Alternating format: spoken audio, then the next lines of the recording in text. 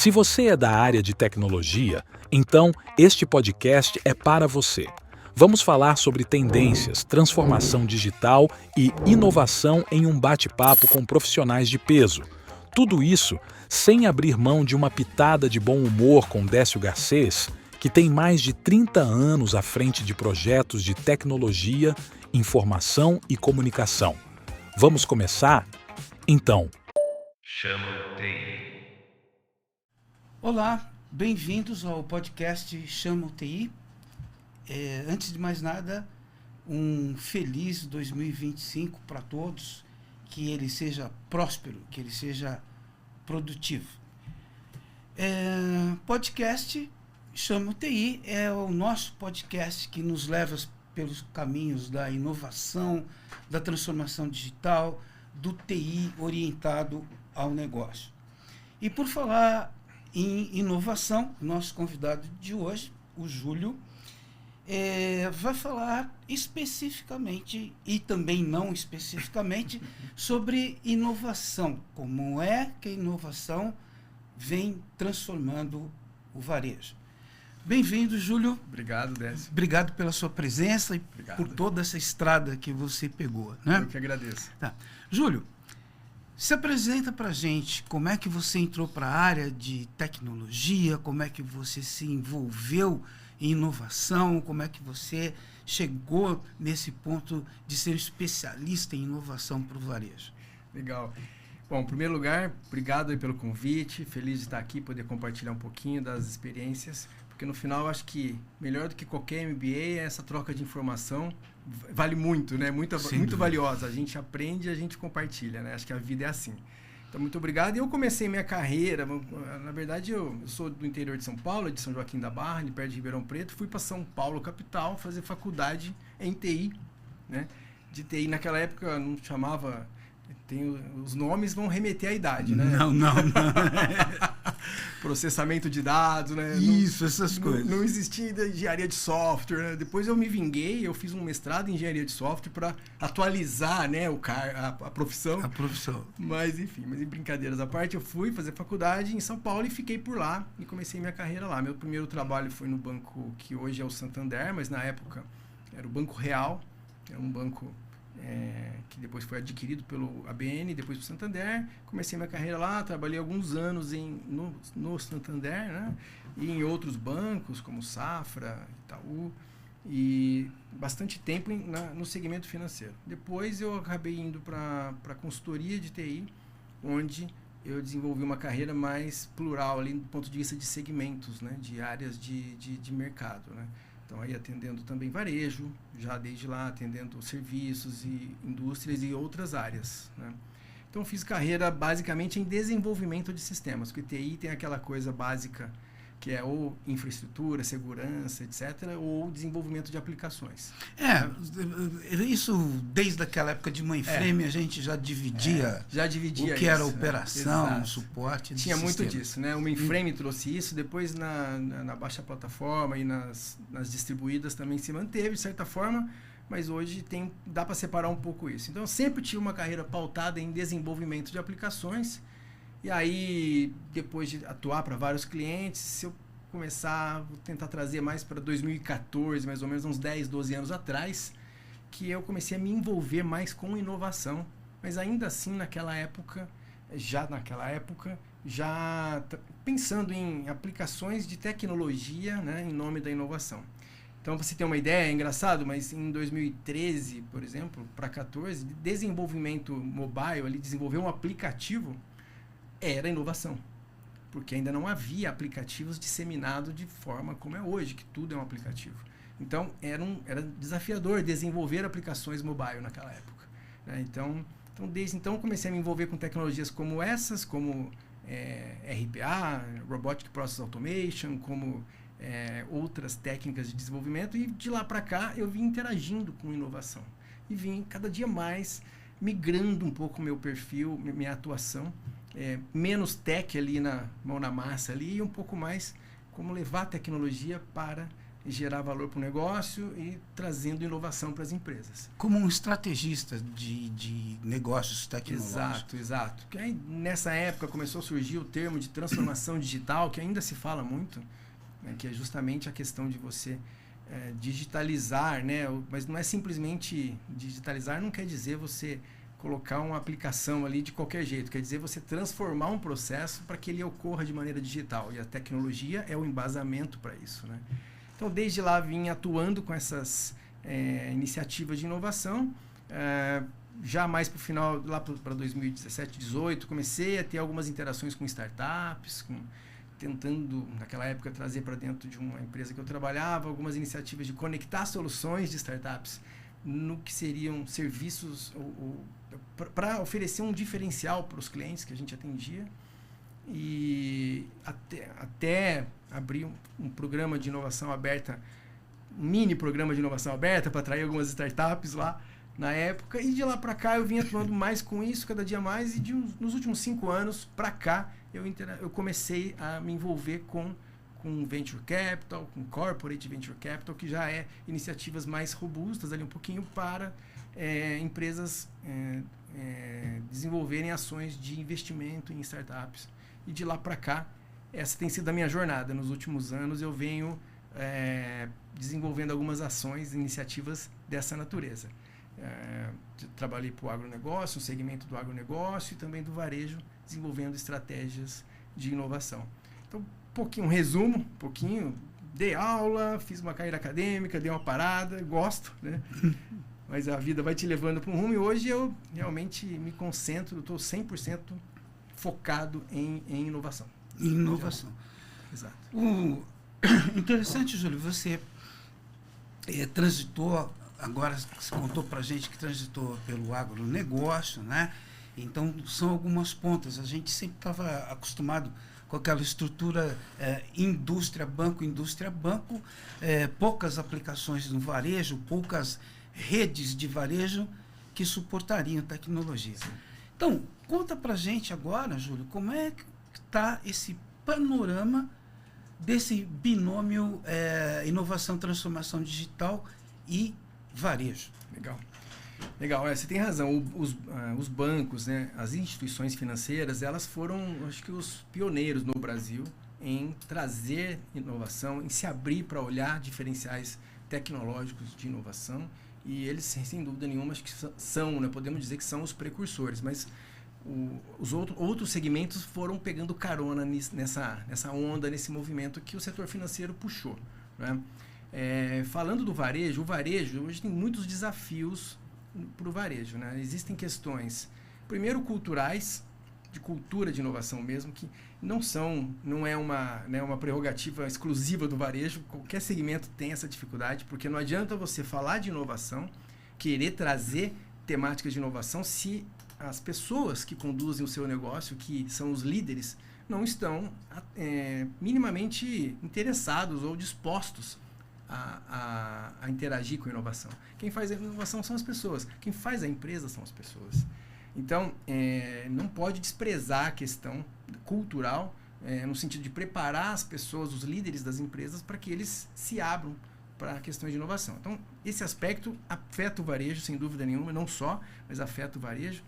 E hoje você tem outras questões também relevantes, né, para o varejo, porque, primeiro, uma concorrência muito grande, né? O varejo hoje, com os e-commerces, com as questões, né, de mercado chinês, por exemplo. Então, hoje você tem... a concorrência é muito grande, às vezes até difícil, né, de lidar, margens apertadas.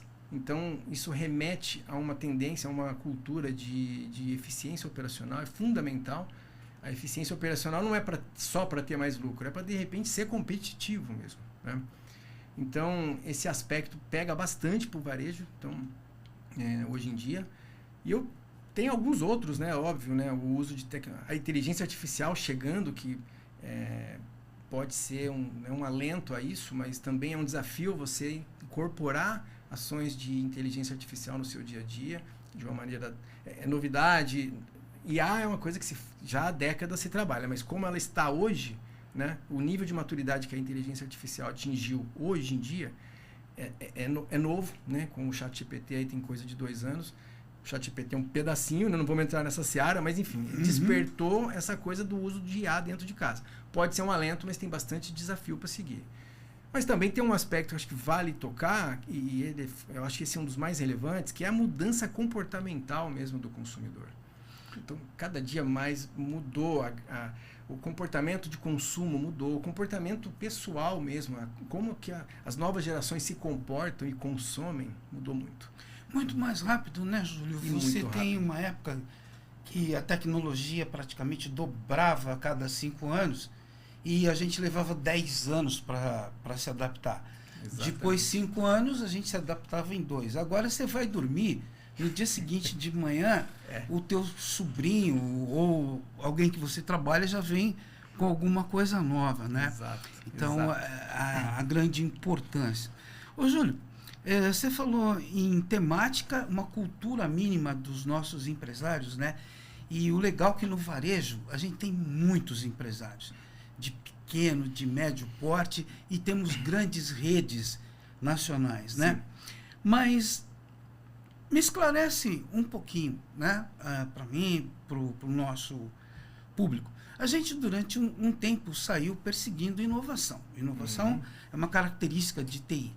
Recebia o nome de update, upgrade e tal, mas a gente estava sempre inovando, né? De repente, você falou agora, né? Se falava muito em inovação, mas não tanto em transformação digital. De repente, inovação passou a ser um dos 5 domínios da transformação digital. Quer dizer, ela era o guarda-chuva, de repente virou um compêndio. Explica para mim, o que é inovação disruptiva, inovação incremental?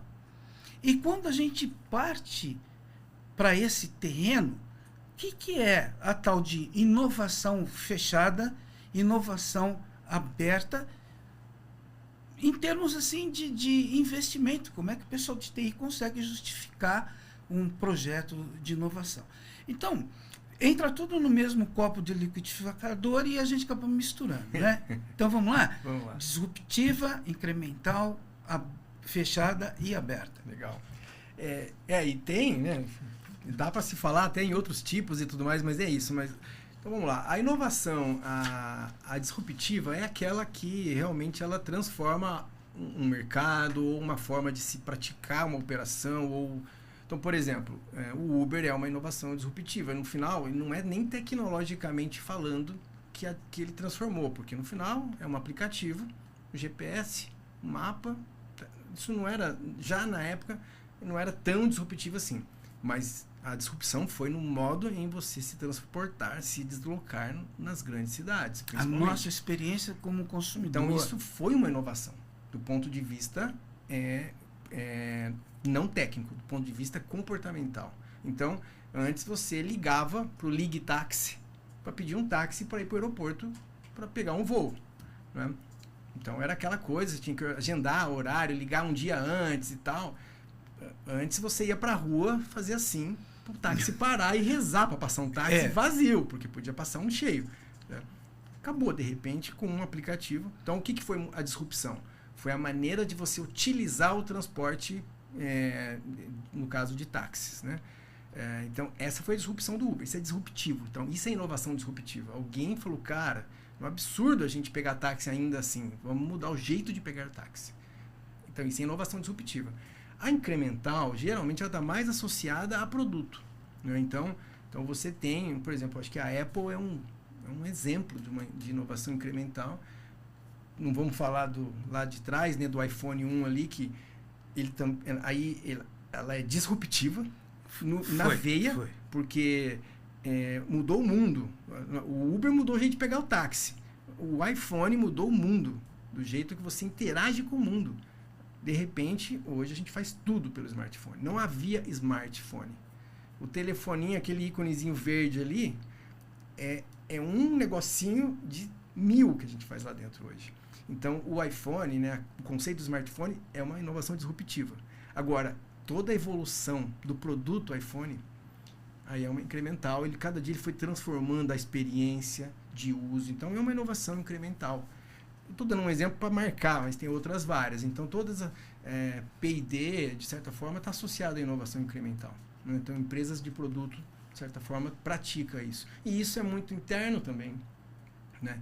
Aí tem o lance da aberta e da fechada. Então, a incremental, de certa forma, ela está muito pautada na estratégia, ela está muito no olhar para dentro, né?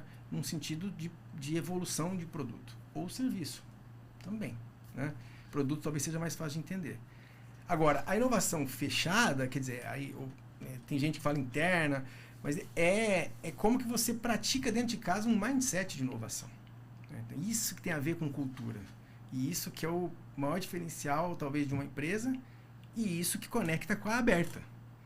Porque se você tem abertura de mindset mesmo, se você está disposto a olhar algo que você faz hoje e criticar aquilo pensando em querer fazer aquilo de uma maneira diferente, isso é um mindset cultural. E se você tem um ambiente seguro para que isso aconteça internamente na sua empresa, você revoluciona alguns processos, algumas práticas, algumas condutas, cria produtos derivados de uma liberdade para se propor coisas diferentes, né? Então, se você tem esse ambiente dentro de casa, você pratica essa inovação interna de uma maneira natural. Não são todas as empresas que conseguem. Quanto mais enraizada ela está num método, uma maneira de trabalhar, mais difícil é para se abrir a isso. Mas tem um espaço muito grande para você transformar o mindset dos líderes. E com isso, disseminar pela empresa uma abertura para criar, para se abrir, para permitir o erro, principalmente. A cultura do erro, às vezes as pessoas distorcem isso. Né? Mas aí é uma permissividade, é você tirar a qualidade. Não é isso. Não é desse jeito. É você, de certa forma, permitir que alguém sugira algo que não temos certeza ainda se isso vai ser bom ou não. Vamos testar pequenininho e vamos ver se funciona. E se der errado, você não vai matar o cara. Porque senão ninguém se arrisca. Né? Então, criar esse ambiente seguro para que internamente você pratique inovação. Tá? Então, estimule, né? Estimule. Tem que haver um estímulo, tem que ser de cima para baixo. A empresa tem que verdadeiramente estimular isso. Tá? A gente veio de décadas de qualidade da indústria, propriamente dito, né? E onde você tinha que minimizar o erro, fazer certo da primeira vez, prezar pela qualidade. Mas se a gente pensar bem, né? Thomas Edison falou que errou 999 vezes antes do modelo definitivo da lâmpada dele. Exatamente. Perfeito. Agora, conclui com a inovação aberta. Exatamente, a inovação aberta. A inovação aberta é justamente você assumir que, muito provavelmente, por um pensamento até lógico, dado esse mundo hoje que tudo se transforma rapidamente, como você comentou, está sempre surgindo tecnologias novas, abordagens novas, maneira de se praticar negócios, fazer negócios novas. Então, partindo dessa premissa que o mundo está muito rápido, né, seria muito presunçoso você ou qualquer empresa achar que dentro de casa você tem todas as competências necessárias para acompanhar essa evolução. Né? Mesmo as empresas que são desenvolvidas, que têm estruturas internas e bem competentes em termos de pesquisa e desenvolvimento, mesmo elas têm que se permear a esse mercado aberto, Na minha visão, sim. Na minha visão... Aquilo que você chama de ecossistema, né? Por quê? Porque, legal, você pode ter uma estrutura muito boa. Sem dúvida nenhuma, você vai estar à frente de uma outra empresa que tem uma estrutura um pouco inferior à sua. Mas, ainda assim, você não vai ter o tudo. Porque as coisas estão acontecendo por aí. Não dá para acompanhar.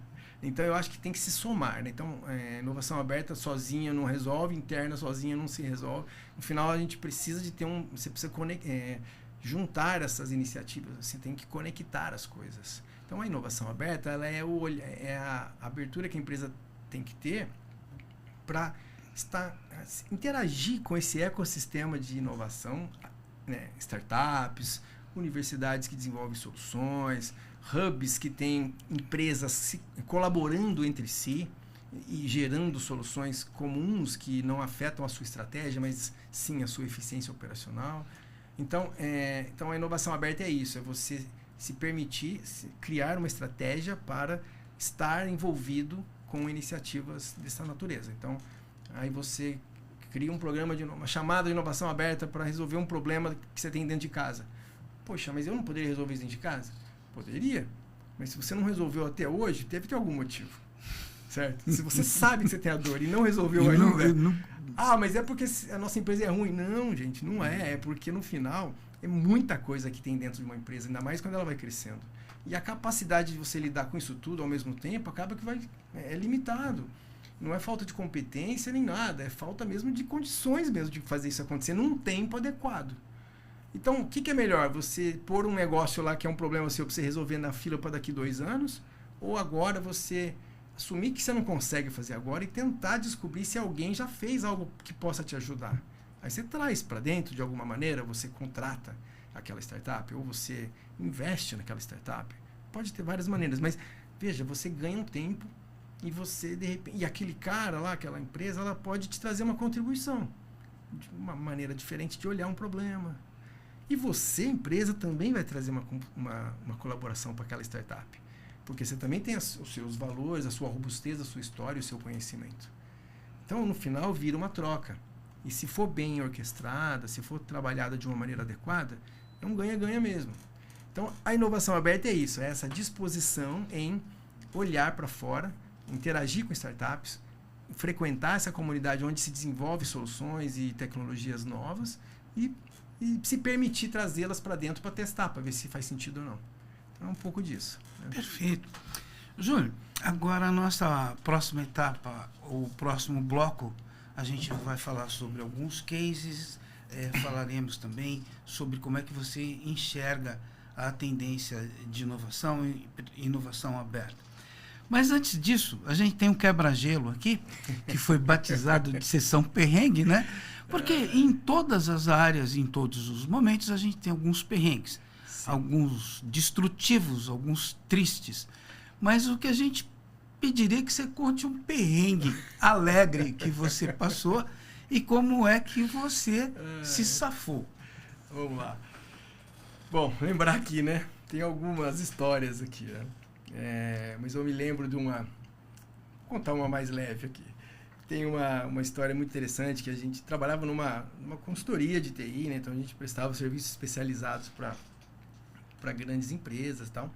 E aí tinha lá um cliente importante que ele, de repente, ele falou, cara, agora nós estamos na transformação digital, não sei o que, tá? E contratou um head lá, um bambambam lá, que era o cara a ser conquistado, né? Porque dali, todo o orçamento do banco, era um banco, grande parte desse orçamento ia para aquela área e tal.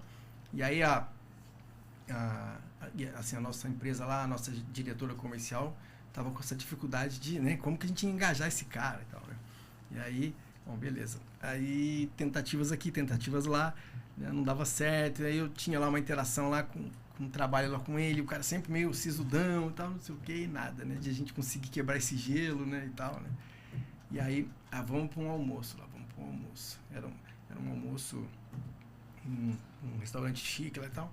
Aí, o que você toma? O cara, eu até topo tomar uma cervejinha artesanal, assim, só um chopinho, assim.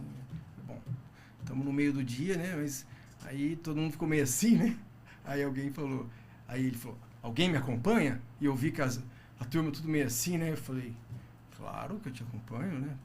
Assim, como se eu não gostasse, né? De tomar uma cervejinha.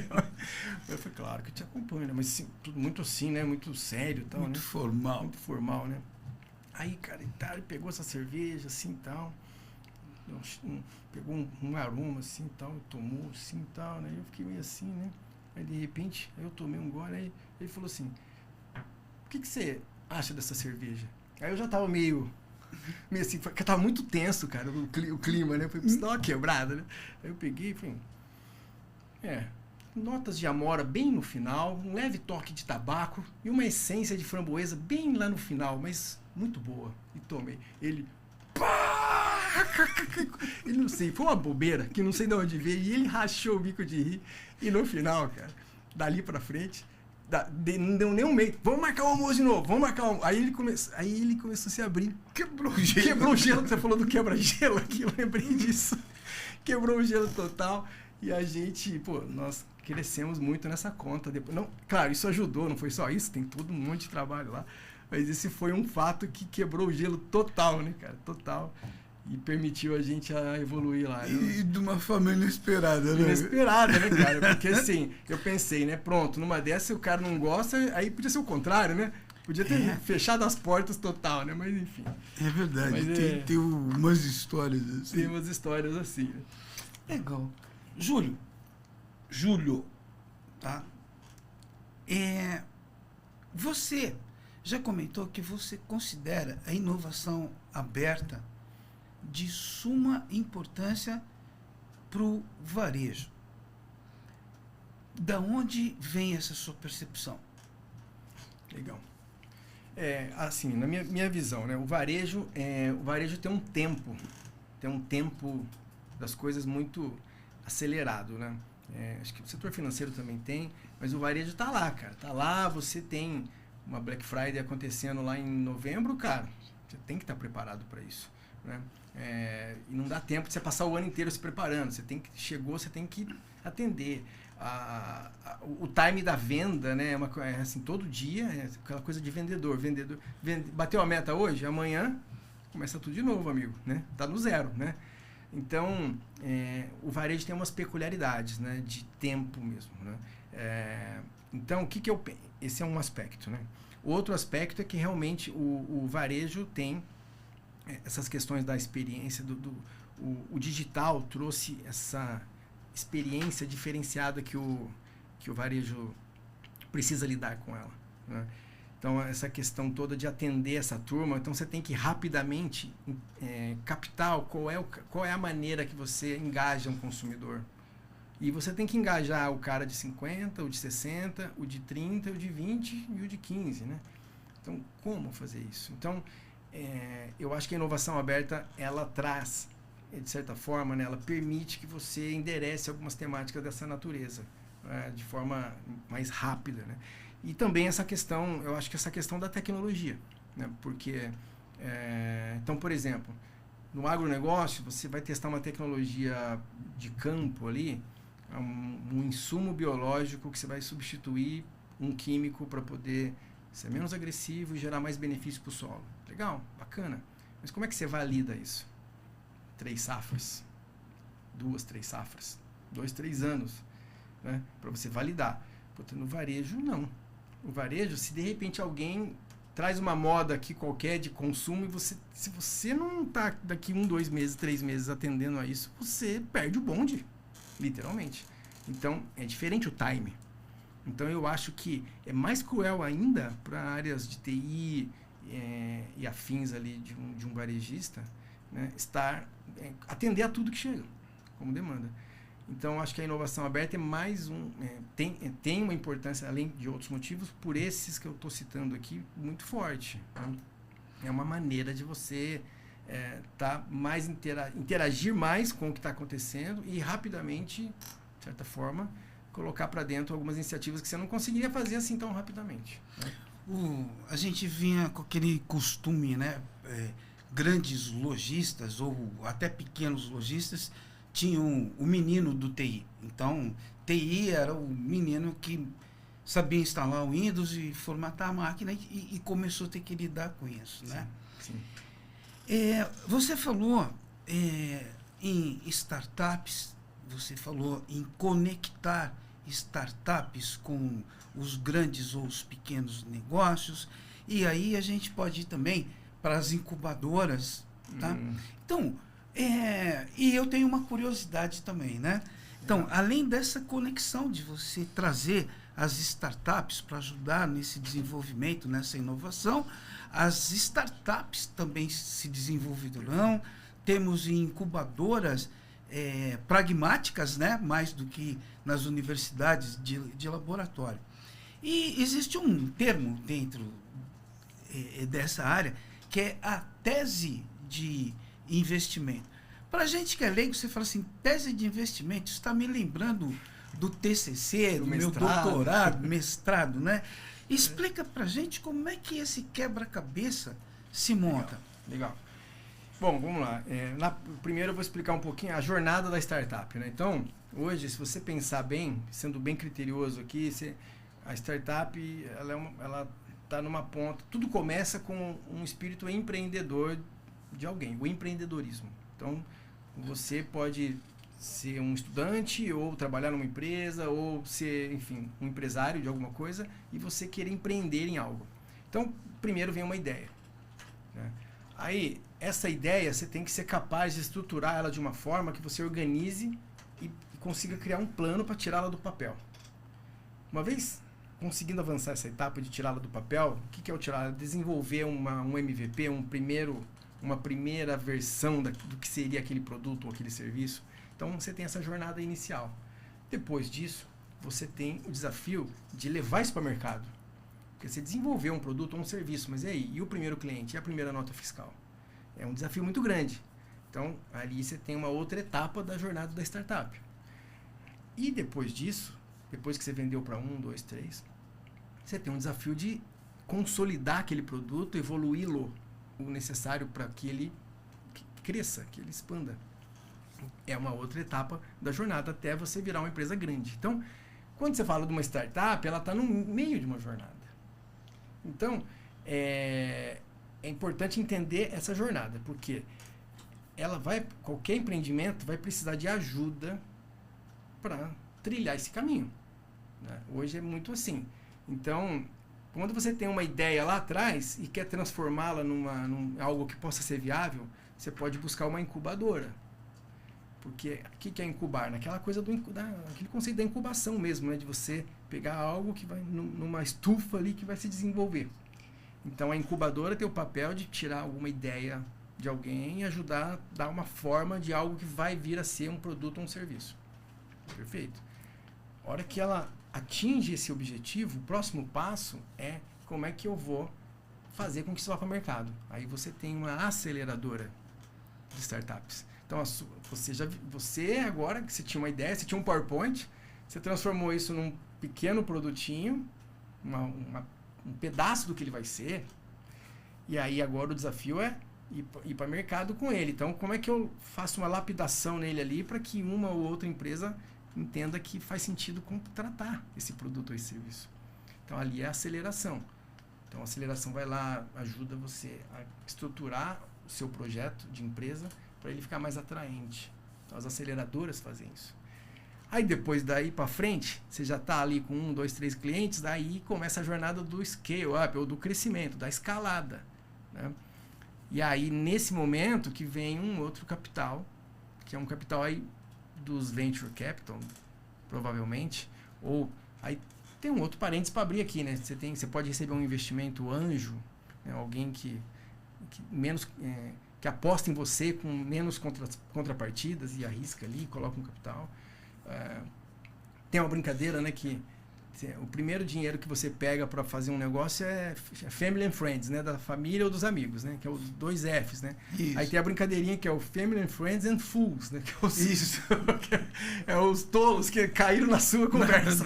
Caiu na conversa. É brincadeira. Então alguém vai lá, te ajuda, te dá um dinheiro, você constrói ali uma visão, aí você passa por uma incubação, por uma aceleração, dali a pouco você vai receber um aporte de algum investidor anjo, que é um cara está mais comprando com você ali, dali a pouco você vai cair você pode cair para um venture capital numa fase. Aí tem as etapas, né? Uma startup que está no pré-seed, né? Ela precisa de um capital semente, que é um capital para ajudar a brotar, para ajudar a desenvolver.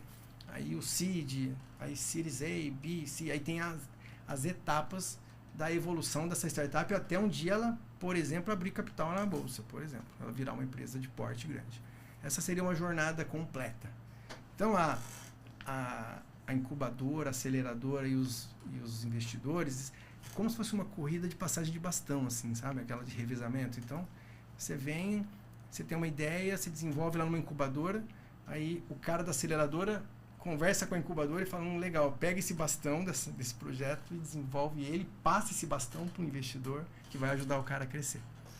Então, é mais ou menos essa jornada assim, da startup. Ô Júlio, parte do nosso público é composto de empreendedores, empresários e especialistas e gestores de TI, né? E a gente está falando muito do espírito empreendedor, né? Só para a gente fechar, esses investidores que você está me falando, né, que vêm depois dos aceleradores, eles são aqueles camaradas daquele mesmo porte dessas empresas, esses grupos de investimentos gigantescos que a gente ouve falar, JP Morgan, Salomon Volpe, Deutsche Bank, são esse tipo de cara, ou é um patamar um pouco diferente, né? Tem de tudo, tá? Assim, por exemplo, esses investimentos, assim, a gente poderia também separar o venture capital do private equity, que é um tipo de investimento diferente, que é quando uma empresa ou um grupo econômico grande quer comprar um outro grupo também grande e assim, comprar para assumir o controle, a operação, etc. Aí é uma aquisição, é o tal do M&A, né? Uhum. Então, é um caminho.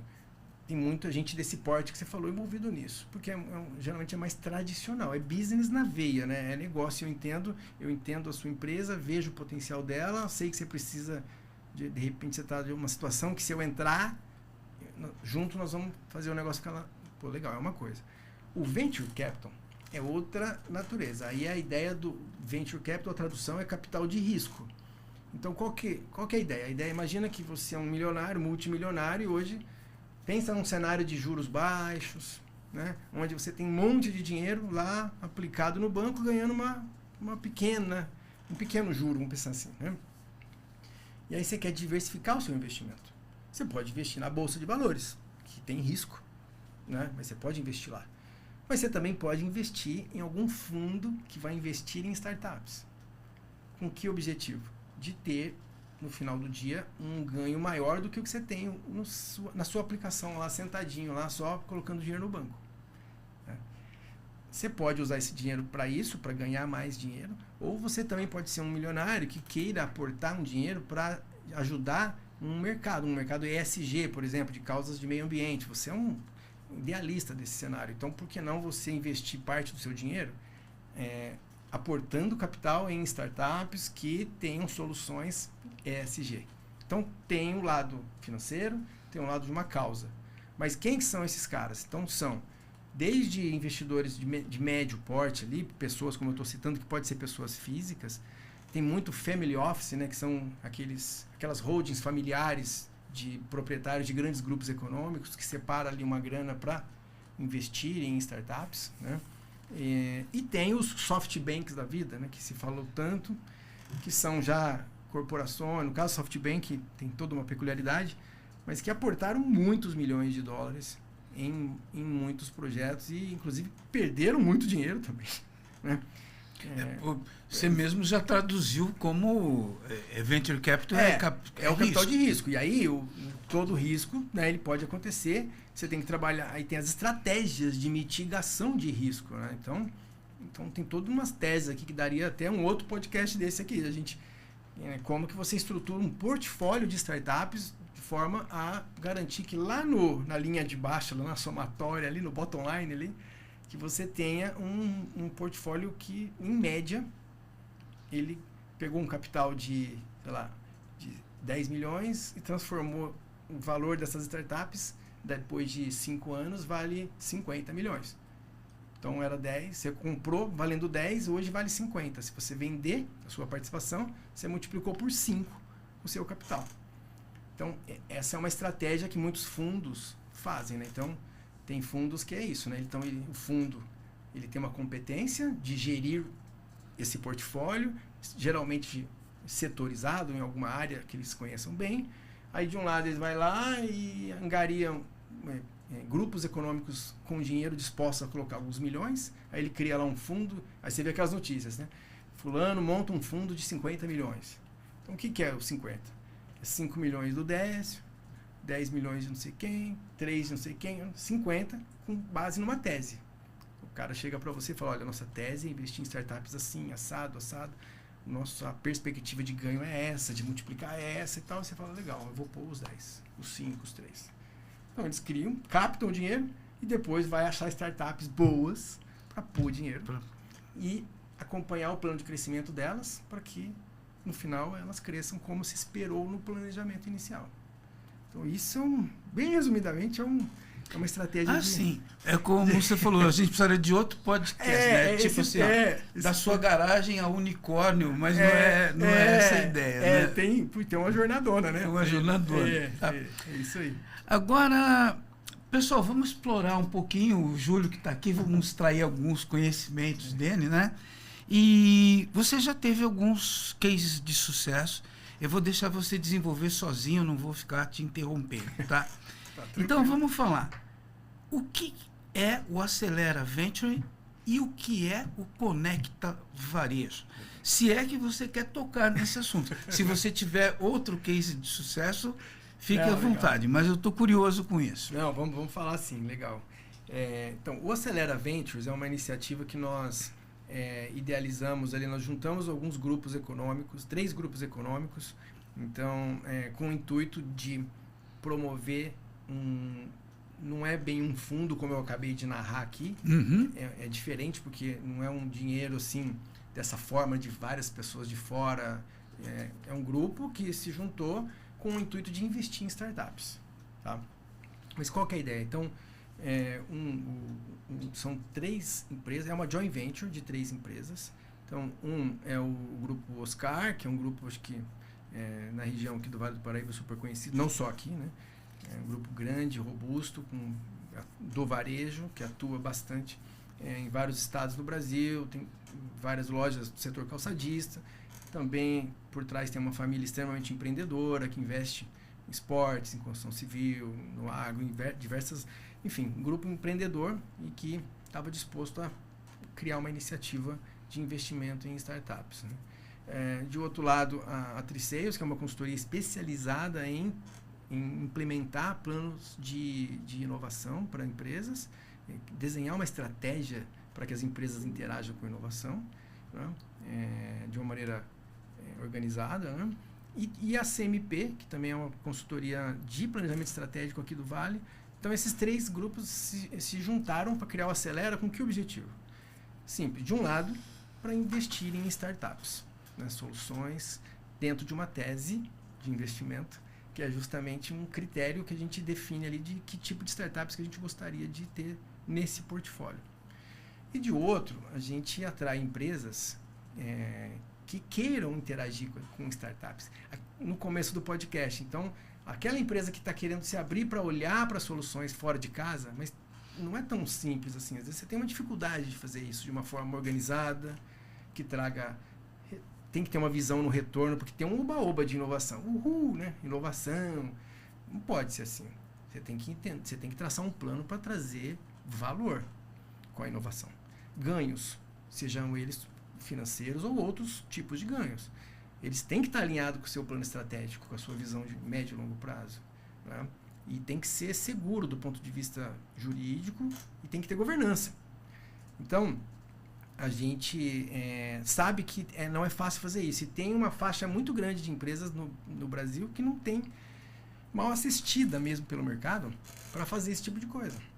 Então, o Acelera tem a intenção de atrair essas empresas que estão buscando uma interação segura com a inovação aberta, porque com isso, dessa forma eu entendo dessas empresas quais são as dores, quais são os desafios que eles têm, e aí eu consigo olhar para o portfólio das startups que batem na nossa porta e entender o que faz sentido fazer esse match. Então, o Acelera tem essa atribuição de conectar a empresa com as startups. Porque a gente falou do desenvolvimento aqui, Décio, das startups e tal, mas não adianta você investir para que a startup cresça, porque o que é startup? O que é crescer? Não é vender os serviços? Tirando o B2C, vamos falar só do B2B. Para uma startup que tem serviços B2B crescer, ela tem que vender o seu produto ou seu serviço para empresas estabelecidas. E se essas empresas não interagem com a startup, ela não cresce. Não vai sair da nota fiscal 1 que você falou. Exato. Então você tem que preparar as empresas para consumir isso, porque é bom para elas e é bom para as startups. Então a gente se propõe a fazer esse meio de campo. O Acelera se propõe a fazer esse elo, promover essa integração. Tá? Então isso é o Acelera Ventures. Tá? Então nós investimos, já temos algumas startups no portfólio, investimos e a gente tem algumas empresas que confiam em nós para construir essa estratégia para elas. Legal, então isso é um acelera. Aí você falou, pô, e um case de sucesso, né? O que a gente tem? Então eu vou te dar um exemplo que fala um pouquinho da nossa, justamente da nossa tese principal, né? Porque quais são os critérios para selecionar uma startup que a gente queira investir, né? Tem lá a questão do tamanho, fase, até quanto que dá para investir, mas o principal aspecto para nós é o quanto que nós podemos contribuir para o crescimento de vendas daquela startup. Porque o grupo que está por trás do Acelera é um grupo que tem muito relacionamento, muito network, que consegue abrir portas para que aquela startup demonstre o seu serviço. Porque não é fácil. É muito difícil para uma startup chegar da maneira certa, na pessoa certa de uma empresa que compraria o serviço ou o produto dela. É muito difícil. Então a gente se propõe a ajudar nisso. Então a nossa tese é essa. Eu posso ajudar o cara a crescer? Posso. Então faz sentido eu investir.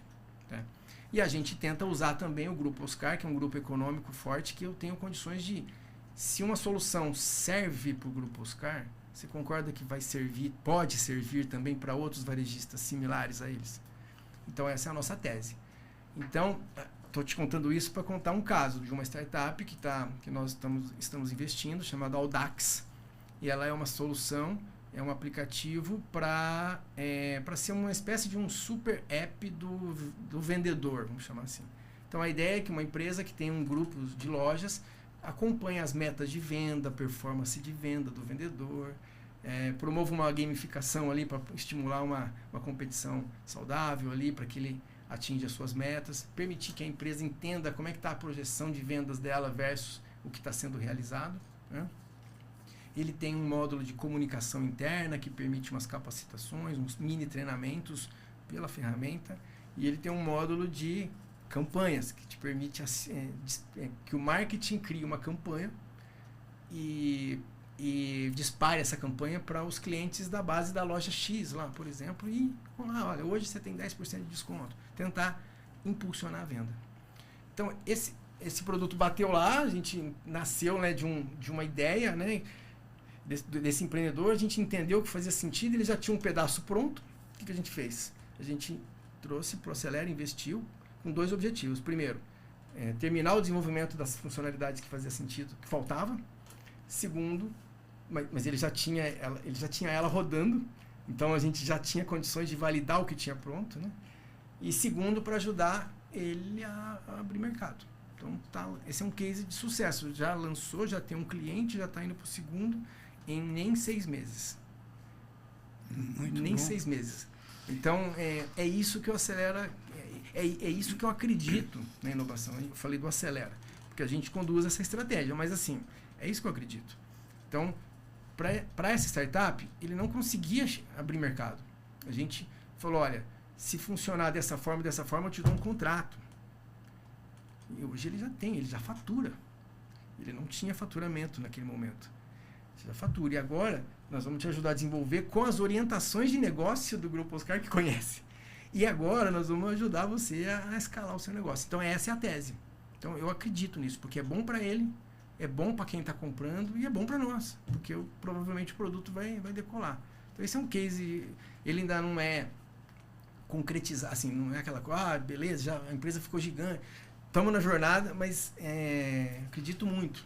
Eu acho que mais para falar mais do que case, né, é uma espécie de uma essência mesmo do que a gente acredita. É bem por aí, sabe? A gente vem trabalhando. E o Polo Tecnológico de São José tem alguma coisa... Não o Parque Tecnológico, mas o Polo Tecnológico, terceira maior indústria aeronáutica do mundo, vai ser um ambiente bom para prosperar? Aqui, né, na região, tem uma aptidão muito grande para o setor aeronáutico e setor da indústria, né? Vamos expandir, porque todo o ecossistema de uma indústria. Não é só a Embraer, aqui tem muita coisa além da Embraer. Muita. Né? Porque e antes da Embraer, inclusive. Exatamente. Então tem muita coisa forte aqui. Então é uma região muito forte. Né? O varejo, mas aqui é forte no varejo. O varejo não tem região, né? Se você for pensar bem, o varejo é varejo em qualquer lugar. Né? É lógico. Então, a gente tem no Brasil polos, né? Então você tem... beleza, lá em Ribeirão Preto é um polo do agronegócio, especificamente do suco energético. Legal. Lá no Mato Grosso é um polo do agro, grãos. Perfeito. Você teve a Bahia, tinha cacau, hoje não tem mais. Você tem no sul, você tem essas questões regionais. Mas o varejo, ele está em tudo. Então o varejo, no final das contas, ele precisa de tecnologia. Né? E hoje você não precisa mais de estar no mesmo lugar para desenvolver. Por exemplo, você tinha perguntado do Conecta Varejo. O Conecta Varejo nós rodamos o ano passado. Eu já vou explicar o que é, mas vieram soluções, startups com soluções para o varejo de 7 estados diferentes. Se inscreveram. 7 estados. Nordeste, só não teve do Norte. Assim, beleza, funciona. A questão depois você vai conseguir atender um cliente de São Paulo, um exemplo, por uma questão regional? Sim, se for muito digital o seu produto, tranquilo. Se demandar uma necessidade mais presencial, você tem condições de estar lá e tal? Pode ser que não, mas se sim... Então hoje eu acho que a pujança econômica de São José vai beneficiar a iniciativa, porque é uma região forte, uma região rica. Né? Então, respondendo a pergunta, eu acho que é um ambiente muito, muito rico para estar, sem dúvida nenhuma. Por mais que você possa falar, mas aqui é indústria. Não, aqui dá para fazer bastante coisa. Não, dá para... Essa é a verdade, né? E aí o Conecta Varejo, né, que você perguntou, né? Então, o que a gente fez? Então, uma maneira que o Acelera encontra, porque, pensa, o meu objetivo é conectar empresas que queiram interagir com inovação aberta com startups que resolvam suas dores. Esse é o nosso objetivo para a contribuição que eu quero gerar para as empresas. Mas eu também quero ter um portfólio de startups que eu estou investindo. Qual é a melhor forma para eu atrair isso? Tanto as empresas quanto as startups. A melhor forma é a gente criar uma chamada de inovação aberta para poder pegar lá de uma empresa X ali as dores, os temas de interesse, lançar uma chamada, você é startupeiro aí, você tem uma solução para essas dores? Se inscreva aqui que a gente quer ver, a gente quer te contratar, quer investir em você. Aí você atrai startups e você resolveu o problema dessa empresa. Mas e se nós fizéssemos isso não só para uma empresa? Se nós fizéssemos isso de uma maneira coletiva? Coletiva, que eu quero dizer assim, de uma maneira assim, para mais de uma empresa. Então, o que nós criamos? O Conecta Varejo, ele é um programa onde a gente pensa que a união faz a força. Então, nós juntamos o ano passado 4 varejistas. Né? Esses 4 varejistas têm os seus desafios internos, as suas dores, e a hora que você vê, cara, os desafios são praticamente os mesmos. Só muda a maneira como ele se materializa. Né? Então, todo varejista está preocupado em engajamento do consumidor, em experiência do cliente. Todo varejista tem preocupações em otimizar a sua logística. Todo varejista deseja e muito otimizar o processo de compra dos seus produtos, porque se você comprar errado, se você comprar bota de couro no Nordeste, você vai vender menos, no Sul você vai vender mais, por exemplo. Então, essa coisa de comprar bem, né? Entender o seu mercado, todo mundo tem essa preocupação. Questões financeiras, soluções financeiras, meios de pagamentos, etc. Então, todo mundo tem essas dores. Agora, no varejista A, ela dói mais de um jeito aqui, o mesmo tema. E no B, um pouquinho diferente, mas a solução até pode ser a mesma. Então, partindo dessa premissa, nós juntamos 4 varejistas. Nós também trouxemos empresas de tecnologia que aporte e suporta esse processo, trazendo uma validação técnica das soluções que surgiram e também uma visão de tecnologia. Mas aí já empresas sêniores, né? Aí empresas sêniores, né, empresas estabelecidas, como patrocinador, como um apoio tecnológico do programa. E trouxemos os varejistas que trouxeram as dores. Nós compilamos as dores e fizemos uma chamada de inovação aberta para esses 4 varejistas. Então, olha, então o varejista A, B, C e D se juntaram com o intuito de achar soluções para os seus problemas em busca de eficiência operacional. Você é uma startup que tem soluções para isso. Se inscreva no programa. E aí vem aquele monte de startup. A gente aplica lá uns critérios para fazer um funilzinho e escolher aquelas que aparentemente melhor resolvem aqueles temas de interesse. Né? E aí, feito isso, a gente depois valida, acompanha uma POC junto com o varejista que escolher, com o intuito de que ele contrate essa startup, né? Ou, né, pode até ser que ele também invista na startup. E eu, aqui no Acelera, eu estou aqui olhando. Se um varejista falou que o cara é bom, eu posso investir nele, não posso. Porque o mercado validou. Não fui eu que, baseado em critérios meus, foi o mercado. Então, para mim, é bom, eu gero um movimento de startups que serão avaliadas por varejistas importantes. Para o varejista é bom, porque ele resolve suas dores. Para a startup é bom que ele tenha acesso ao mercado. Então, é mais ou menos essa ideia do Conecta Varejo. Tá bem. Júlio, agora, olhando nessa câmera aqui, que é sua, eu queria, antes da sua despedida, eu quero que você mande uma mensagem, não só para os jovens, mas para os antigos empreendedores de uma startup, né? Com mente nova, né? E também para as empresas consolidadas. Dá uma dica para a gente aí de como é que a gente se abre para isso, como é que a gente mantém aberto para isso. E depois você se despede. Legal. Bom, para as empresas, né? Para as empresas eu acho que é preciso realmente preparar os seus líderes, para incentivar os seus líderes para que eles tenham esse bichinho assim de olhar diferente o que se faz sempre igual da mesma forma. Então, uma provocação, uma inquietude de querer fazer diferente para evoluir no negócio, porque se o negócio evolui, você como líder, como funcionário de uma empresa que evolui, você evolui também. Então, despertar essa mentalidade da inovação, porque ao despertar essa mentalidade da inovação, naturalmente vai haver um movimento de busca de um olhar para fora, para as startups. Tá?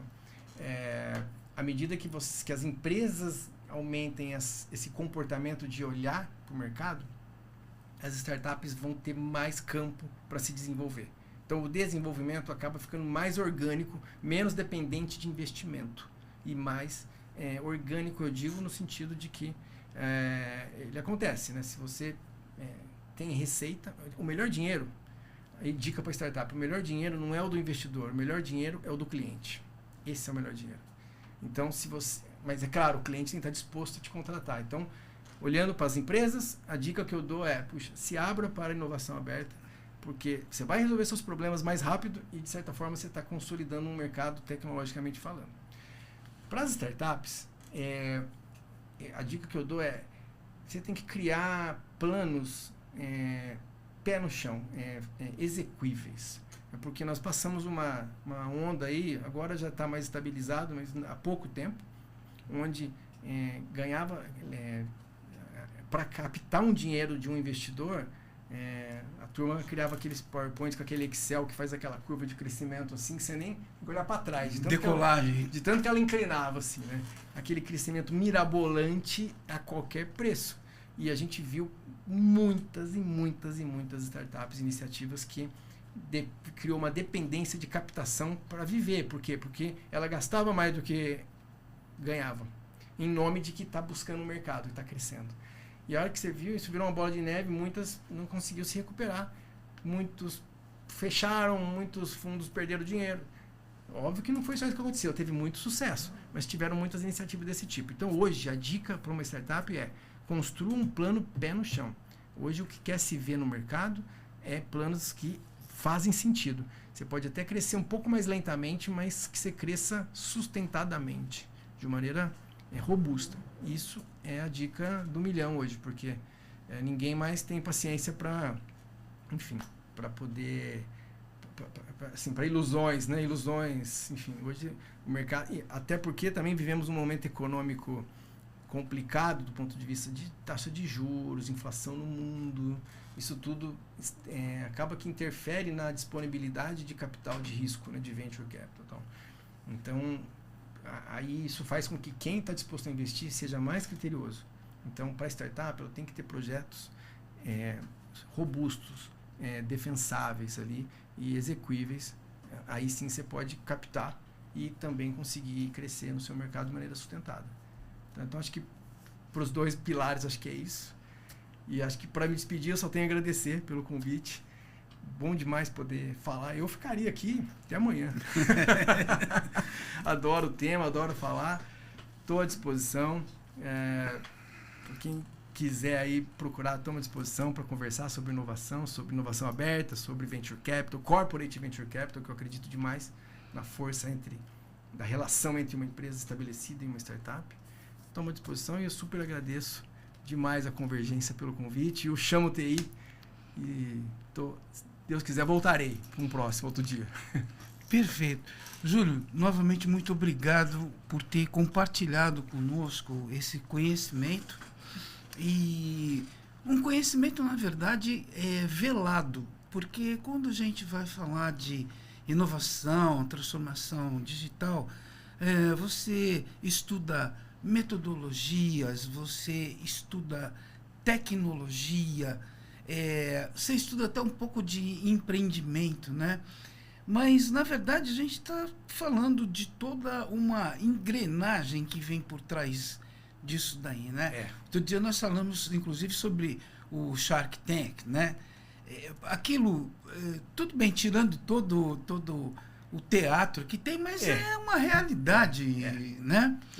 E, bom, para você que nos acompanhou em mais esse episódio, estaremos durante o ano de 2025 trazendo sempre alguma coisa, sempre em termos de inovação, de TI orientada ao negócio, nossos profissionais especialistas. O próprio Júlio contou alguns cases de sucesso e algumas coisas também que teve que pastar muito para chegar em alguma coisa, né? Então, acompanha-nos pelo Spotify e também pelo YouTube, tá? Um grande abraço, novamente um feliz 2025 e vamos nos vendo na jornada.